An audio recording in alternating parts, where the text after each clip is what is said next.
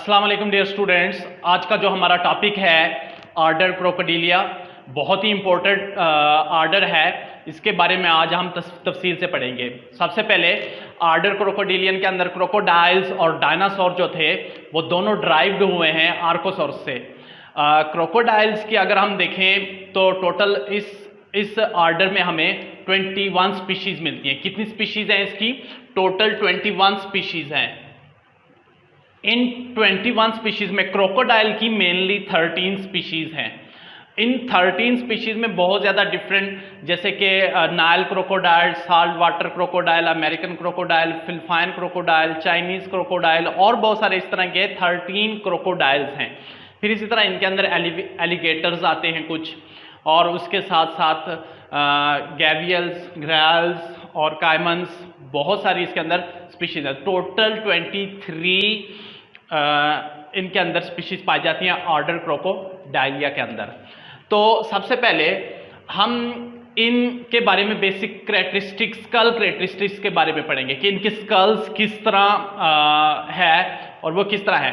School characteristic में important है, they have openings in the skull in front of eye. इनका जो school होता है, जो आई के फ्रंट पे वहां पे ओपनिंग पाई जाती है। अगर इनके जो ढांचा देखें बून का, हेड का, तो वहां पे ओपनिंग होती है, और ओपनिंग जो होती है वो बिल्कुल आई के फ्रंट पे होती है, उसके सामने। जैसे ये आईज है, वहां सामने, वहां से ओपनिंग होती है। मैं यहां पे शो करके थोड़ा सा दिखाऊंगा। देखें, ये आपके सामने आईज हैं। इस आईज के बिल्कुल फ्रंट पे यहां पे ओपनिंग है, होती है इसकी, स्टार्ट से ही ओपनिंग मौजूद होती है बड़ी सारी इनके स्कल के अंदर। उसके बाद they have triangular I orbits. हमने जितनी भी आप लोगों ने पढ़ाए थे, ऑर्बिट्स गोल होते हैं, लेकिन डायनासॉर्स और कुछ और स्पीशीज है जिनके अंदर जो ऑर्बिट्स होते हैं वो ट्राइएंगुलर होते हैं। यहाँ डायग्राम में इजीली आप लोगों को दिखाया गया है, जैसे कि ये देखें,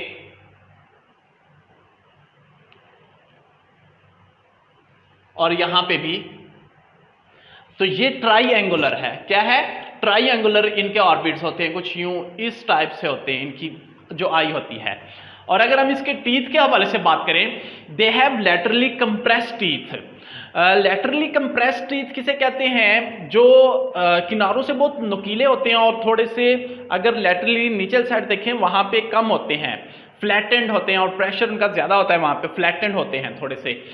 इनके अगर ओवरऑल बॉडी के अंदर जो लाइफ टाइम में, वैसे उनके माउथ के अंदर 200 से 300 तक टीथ इनके अंदर पाए जाते हैं। पूरे लाइफ स्पैन में इनके अंदर क्रोकोडाइल और एलिगेटर जो हैं तकरीबन 3000 जो टीथ हैं उनको वो रिप्लेस करते हैं बार बार। मतलब एक टीथ अगर टूट जाता है तो उसकी जगह दूसरा टीथ आ जाता है। तकरीबन 3000 तक जाते हैं। और टीथ वगैरह जो है किसी भी प्रे वगैरह को सीज करके रखते हैं और उसे तोड़ने के लिए, फाड़ने के लिए इस्तेमाल करते हैं। प्रे के लिए वो ज़्यादातर इन टीथ को इस्तेमाल करते हैं। और फिर अगर हम इसके हेड के हवाले कैरेक्टरिस्टिक और भी बताता चलूँ, क्रोकोडाइल पूरे वर्ल्ड के अंदर सेकंड स्ट्रॉन्गेस्ट बाइट रखता है। पहले स्ट्रॉन्गेस्ट बाइट्स हाइना की है, और उस हाइना के बाद अगर स्ट्रॉन्गेस्ट बाइट है तो क्रोकोडाइल की है। इनके अंदर बहुत ज्यादा कैनाइन्स टीथ पाए जाते हैं। इसकी एग्जांपल्स कौन कौन सी एग्जांपल्स हैं हमारे पास? क्रोकोडाइल, और उसके बाद एलिगेटर, और फिर उसके साथ गैवियल, कैमन्स, और भी बहुत सारे एग्जांपल हैं। तो ये इंपॉर्टेंट 3 एग्जांपल्स हैं। इनके साथ हमने 3 डायग्राम्स भी बना दिए हैं मैंने। अच्छा, ये बताते चले इन तीनों के अंदर बेसिकली फर्क क्या है, उसके बाद हम बाद में इसकी खूबियों को पढ़ेंगे। इन तीनों के अंदर बेसिकली फर्क अगर हम देखें क्रोकोडाइल के अंदर, तो क्रोकोडाइल के अंदर ज्यादातर जो हेड शेप होता है वो थोड़ा सा पॉइंटेड वी शेप देता है, यूं इस टाइप से। मैं इसको अगर ये दिखाएं तो इसको अगर हम इस तरफ देखें तो कुछ यूं होगा।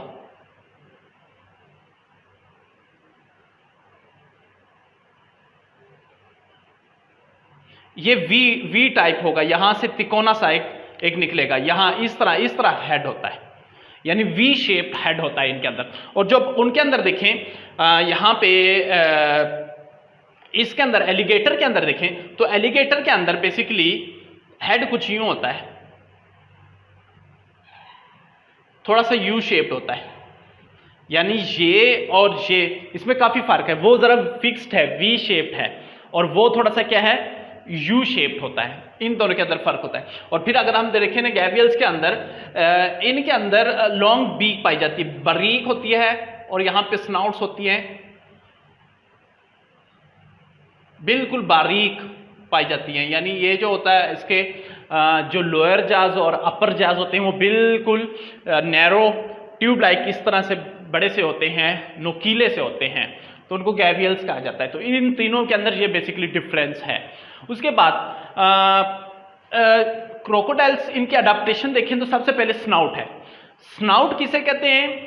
स्नाउट ये जो मुंह और नाक का जो पोर्शन है ये थोड़ा सा इनका इलोंगेटेड होता है, बड़ा होता है, यानी जिसमें नोज और माउथ ये दोनों क्या होते हैं, बड़े हों, तो इस पोर्शन को स्नाउट कहते हैं जब वो बड़े वाले फॉर्म में होते हैं। तो स्नाउट इनका क्या है, इलोंगेटेड है। ये देखिए हेड जो है वो यहां तक है, ये वाला पोर्शन क्या है, हेड का है, जिस तरह ये वाला है।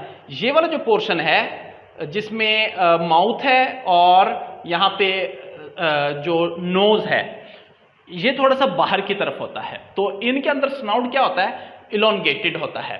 यूज फॉर कैप्चर प्रे, तो ये स्नाउट को किस लिए यूज करते हैं, किसी भी जो भी शिकार करते हैं या कैप्चरिंग करते हैं इस स्नाउट के जरिए करते हैं। और फिर इसको साइड मूवमेंट देते हैं, यूं, यानी ये पकड़ने के बाद वो यूं मूव करते रहते हैं, और फिर इसको खुद भी पलटते हैं और साइड इसको भी पलटते हैं, तो इस तरह वो करते हैं। इसके बाद डिफरेंट बातें हैं, जो स्नाउट्स वगैरह एलिगेटर्स वगैरह हैं वो जो इनके नॉस्ट्रल्स होते हैं are at the tips of snout. Nostril ये जो नाक के नथने होते हैं इनके स्नाउट जो है उसके टिप पे होता है, यानी स्नाउट ये वाला और जो उसका टिप होगा उसके ऊपर नॉस्ट्रल्स होंगे, यानी ये नॉस्ट्रल्स ये उसके हैं बेसिकली यहां तक ये स्नाउट है। अगर उस स्नाउट के टिप पे देखें तो आपको यहां पे क्या आएगा, नॉस्ट्रल नजर आ रहे होंगे।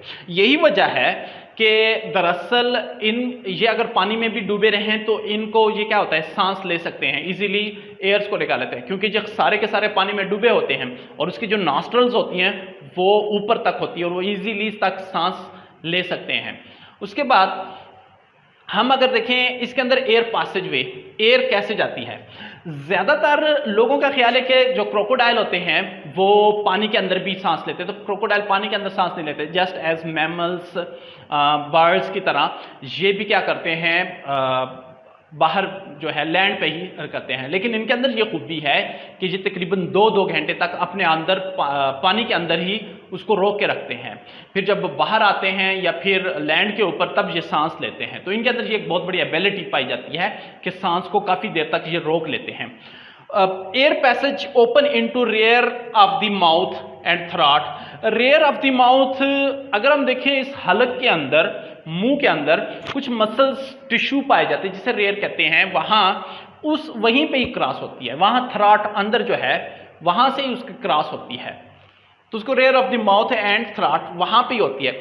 इनके अंदर वाटर टाइट सील पाई जाती है। क्या पाई जाती है, water tight seal. Water tight seal दरअसल हम कहते हैं कि इसके जो थ्रॉट है वहां पे कुछ खास किस्म के मसल्स हैं, टिश्यूज हैं, जब ये पानी में चला जाता है तो पानी इनके जरिए नहीं आता, यहाँ पे नहीं आता, तो जब ये भी पानी में डूबते हैं तो ये इस चीज़ का बहुत ख्याल करते हैं कि पानी किसी तरीके से अंदर ना जाए। तो वाटर टाइट सील्स इस तरह के इसके मसल्स यहाँ हलक में होते हैं जो वो बंद कर देते हैं, तो किसी किस्म का पानी नहीं आता, और सांस को क्या कर देते हैं, कई घंटों तक रोक सकते हैं ये और रोके रखते हैं। तो वहां इसके अंदर ये भी एक खूबी है कि वाटर टाइट सील इनके अंदर पाई जाती है। और इसके साथ साथ स्कैंड्री पैलेट, स्कैंड्री पैलेट जैसे कि मैमल्स के अंदर, बर्ड्स के अंदर और इसी तरह रेप्टाइल में, क्रोकोडिलियन के अंदर भी स्कैंड्री पैलेट होती है। क्या होता है इसका फंक्शन, ये फिर ग्रो करने के बाद जो नॉस्ट्रल होता है यानी फिर जो नोज का जो नेजल कैविटी है और माउथ कैविटी, इनके दरमियान सेपरेट एक बून आ जाती है जिससे air passage way through nasal cavity होती है। तो स्कैंड्री प्लेट जो होती है वो उसकी ग्रो करने से वो एक अलहदा पैसेज ऑफ एयर जो होती है वो क्या हो जाती है, वो अलहदा हो जाती है। नेक्स्ट अडैप्टेशन जो इस क्रोकोडाइल के अंदर हम देखेंगे वो है टेल। टेल इनके अंदर होती है मस्कुलर होती है, इलांगेटेड होती है, काफ़ी बड़ी होती है और साइडों से कंप्रेस्ड होती है, यानी लेटरली साइड पे देखें तो वो काफ़ी कंप्रेस्ड होती है। और इस टेल को क्रोकोडाइल वगैरह स्विमिंग के लिए भी यूज़ करते हैं। ज़्यादातर जब ये डीप स्विम करते हैं तो टेल का बहुत ज़्यादा यूज़ करते रहते हैं। इनकी जो टेल्स होती है बाज़ों का डिफेंस के लिए भी या फिर कुछ दिफा के लिए के साथ साथ वो खुद अटैक करने के लिए भी इसको यूज़ करते हैं, दोनों तरह से यूज़ कर सकते हैं। सिंपल सा है। उसके बाद जो मेन चीज़ है डाइजेस्टिव सिस्टम। डाइजेस्टिव सिस्टम के अंदर जो टीथ होते हैं वो ज़्यादातर किसी भी चीज़ के लिए गिरफ्त मजबूत करने के लिए और फाड़ने के लिए यूज़ होते हैं। ये किसी भी शिकार को अपने दांतों के साथ जकड़ लेते हैं मजबूती से और उसको जोरदार है वो घुमाते हैं, झटके देते हैं और उससे टुकड़ों के अंदर तकसीम करने की कोशिश करते हैं। और बहुत ज़्यादातर इनके अंदर ये अडाप्टेशन देखी गई है, जब भी ये बाहर की तरफ है तो किसी भी शिकार को वो पकड़ने के बाद पानी के अंदर लेके जाने की कोशिश करते हैं और वहीं पे उन्हें डुबोने की कोशिश करते हैं। इनको पानी के अंदर कोई प्रॉब्लम नहीं होती, जो शिकार होता है उसको वहाँ पे डुबो देते हैं और फिर उसके साथ साथ ज़्यादातर ये क्या करते हैं, स्वालो कर लेते हैं या निगल लेते हैं, मुकम्मल तौर पर ही किसी शिकार को निगल लेते हैं। उसके साथ use limb for large prey, अपने लिम्स को भी यूज करते हैं किसी बड़े शिकार करने के लिए। और इसके अंदर सबसे बड़ी जो खूबी देखी गई है क्रोकोडाइल के अंदर, ये इनके अंदर स्टमक में गिजर्ड लाइक स्टमक होता है। गिजर्ड लाइक जो स्टमक है वो बर्ड्स के अंदर भी होता है। इनके अंदर ये क्या करते हैं, कुछ रॉक्स को अपने अंदर ले जाते हैं और वो गिजर्ड में होते हैं। वो रॉक जो दरअसल डाइजेशन करते हैं। अक्सर औकात आप लोगों ने मुर्गियां देखी होंगी, उसको ज़िब्बा करते हैं। उन मुर्गियों को ज़िब्बा करने के वक्त आपको अंदर से पत्थर नजर आते हैं, छोटे छोटे। दरअसल ये छोटे छोटे पत्थर जो है मुर्गियां या बर्ड्स या और बहुत सारे परिंदे अपने अंदर ले जाते हैं, ये डाइजेशन का काम करवाती हैं। सेम जो क्रोकोडाइल है ये भी क्या करते हैं, छोटे छोटी जो है टुकड़े पत्थरों को अपने अंदर ले जाते हैं या फिर और बहुत सारी चीजें जिससे डाइजेशन का काम होता है। तो इससे ये भी साबित होता है कि जो क्रोकोडाइल्स हैं और बर्ड्स ये दोनों एक जगह से हैं। बर्ड्स वगैरह जितने भी वाल्स हैं ये इन दोनों का एवोल्यूशन बाद में क्या है, सेम लगता है, दोनों की खूबियां एक जैसी हैं। इसी तरह रिप्रोडक्शन में देखें तो ओविपेरस है। ओविपेरस का मतलब है बर्ड्स जिस तरह ये अपने एग्स जो है बाहर देते हैं और उनकी हैचिंग क्या होती है, बाहर होती है। क्रोकोडाइल के अंदर बड़ा इंटरेस्टिंग है कि ये जो एग्स जो मड में देते हैं ये उनकी केयर नहीं करते, उसमें छोड़ देते हैं। उसके बाद नदी के किनारे पे देखते रहते हैं जरूर और उन्हें जो बहुत सारी चीजें उनसे जरूर बचाते हैं। अगर एग को टेम्परेचर जो है 33 से अबव मिल जाए, 33.5 से, तो उससे मेल यंग्स वंग पैदा होते हैं। अगर इससे बिलो हो तो उससे फीमेल पैदा होते हैं, ज्यादातर ये देखा गया। यानी इनके एग्स जो है, जो जीन्स का तयन है वो टेम्परेचर से ज्यादातर होता है।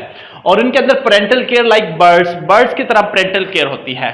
तो यही खूबी है कि इन दोनों बर्ड्स की और जो क्रोकोडाइल्स हैं इनकी खूबी काफी एक जैसी होती है। परिंदों की तरह ये भी अपने यंग वंस की क्या करते हैं, केयर करते हैं। पेरेंटल केयर, ये अपने बच्चों की क्या करते हैं, केयर करते हैं किसी हद तक, कुछ मंथ तक, तकरीबन 3 महीने तक, 4 महीने तक। फिर उसके बाद फिर वो खुद अपने बाज़ों का ये इनको अपने मुंह के अंदर भी छुपा लेते हैं शिकारियों से बचाने के लिए। तो इस तरह ये हमने कुछ 5 अडाप्टेशन इनके अंदर पढ़ी थी। सबसे पहले स्नाउट के बारे में पढ़ा, उसके बाद एयर पैसेजवे के इसके अंदर हवाओं का तबादला कैसे होता है, उसके बाद डाइजेस्टिव सिस्टम, टेल और रिप्रोडक्शन। अगर आप लोगों के माइंड में कोई भी क्वेश्चन है तो कमेंट बॉक्स में जरूर जाके टाइप करिए।